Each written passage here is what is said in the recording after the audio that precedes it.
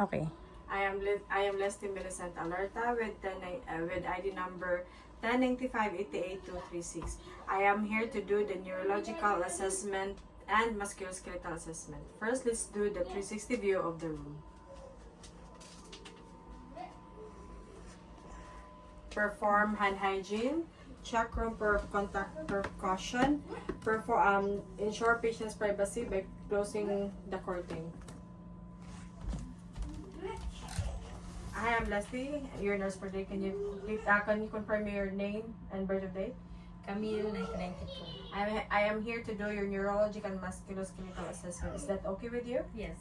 Do you know where you are at the moment and what day today? I'm in your hospital Wednesday. Do you experience any pain? No. Any changes in vision or speech? No. Do you experience muscle weakness, numbness, and tingling sensation? No. Patient is alert and oriented with date and time, place. She is properly groomed and no odor noted. Patient speak accurately. Her body posture is upright, symmetrical, and no signs of deformities. Can you walk for me, please? Can you bend so I can check? Okay, you can sit down. Patients walk in a steady gait. Her patient's spine is normal, straight, no signs of scoliosis or lordosis noted. Now I'm going to check your cranial nerve 3, 4, and 6, oculomotor, trochlear, and abducens. Can you follow my finger without moving your head?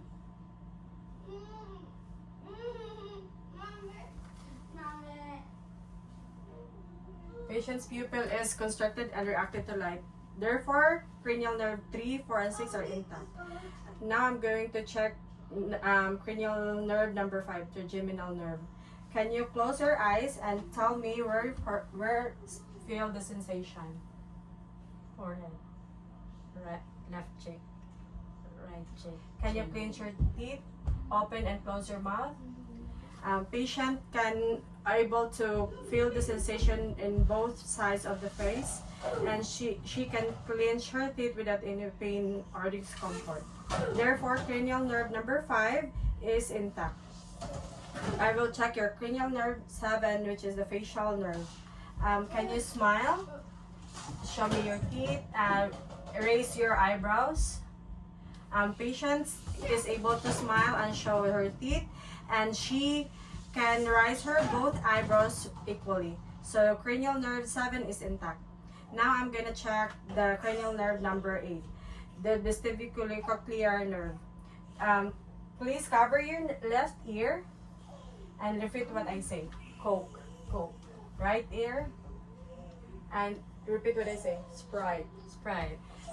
She is able to hear and repeat what I say. So cranial nerve number 8 is intact. Now let's do the cranial nerve number 9, 10, and 12. Glossopharyngeal, vagus, and hypoglossal nerve. Can you please open your mouth and say ah? Move your tongue up and down, side by side. Okay. Ovular rises symmetrically. She can move her tongue freely in all direction. There. Can you please repeat what I say? Light, night, dynamite. Light, night, dynamite. Patient is, she can repeat what I say. Therefore, cranial nerve number 9, 10, and 12 is intact. Let's do cranial nerve number 11, the accessory muscle. Can you move your head left, right, up, down, shoulder up, shoulder down. Patient is able to move her head, shoulder freely, so cranial nerve 11 is intact. Now we're gonna do the upper and lower extremities along with the range of motion. I'll check your upper extremities. Can you feel this? Yes.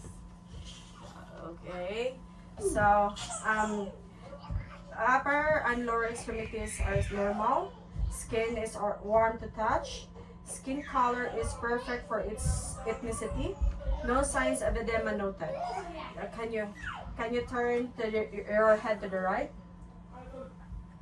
Face to the right. And the other side. Can your head, your shoulder, raise your right arm followed by your, okay, fight against this. And this one. Okay. Can you squeeze my hands? I will check our capillary feel. Upper and lower extremities are good. The strength score is 5+, strong and normal. Capillary feel is less than 3 seconds. Next, let's do the range of motion. Follow me. Can you move your head towards your chest? That is flexion. Towards the ceiling, that is extension. Tilt your head both sides. That is lateral flexion. Turn your head from side to side. That is rotation. Let's do your shoulder and elbow extension and flexion. So, can you raise your arm towards your body? That is extension. Towards away from your body. This is extension. Towards your body, that is flexion. So, can you move your shoulder inward? That is internal rotation. Shoulder inward, internal rotation. Towards your back, that is outside rotation. Can you move your hand away from your body? That is abduction. Towards your body, that is adduction. So again, abduction, adduction. And then extend your arm and do the circular motion. That is circumduction. And put your hand down. That is pronation. And then this is supination. And then point your hands down. That is flexion. And then point your fingers up. That is extension. Okay. And then extension. So move your wrist towards your thumb like this. Radial deviation. Towards your pinky finger, that is ulnar deviation. So, and next, the lower extremities. Can you lie down for me, please?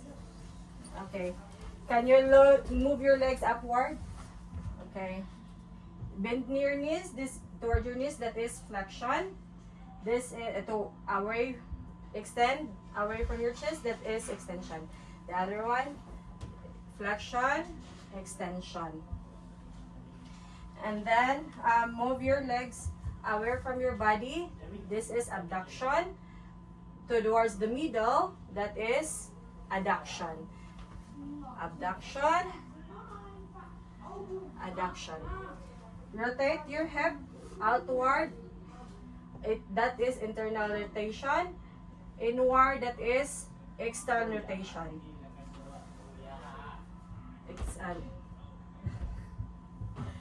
Towards your nose, point your toe towards your nose. This is dorsiflexion. Towards the floor, that is plantar flexion.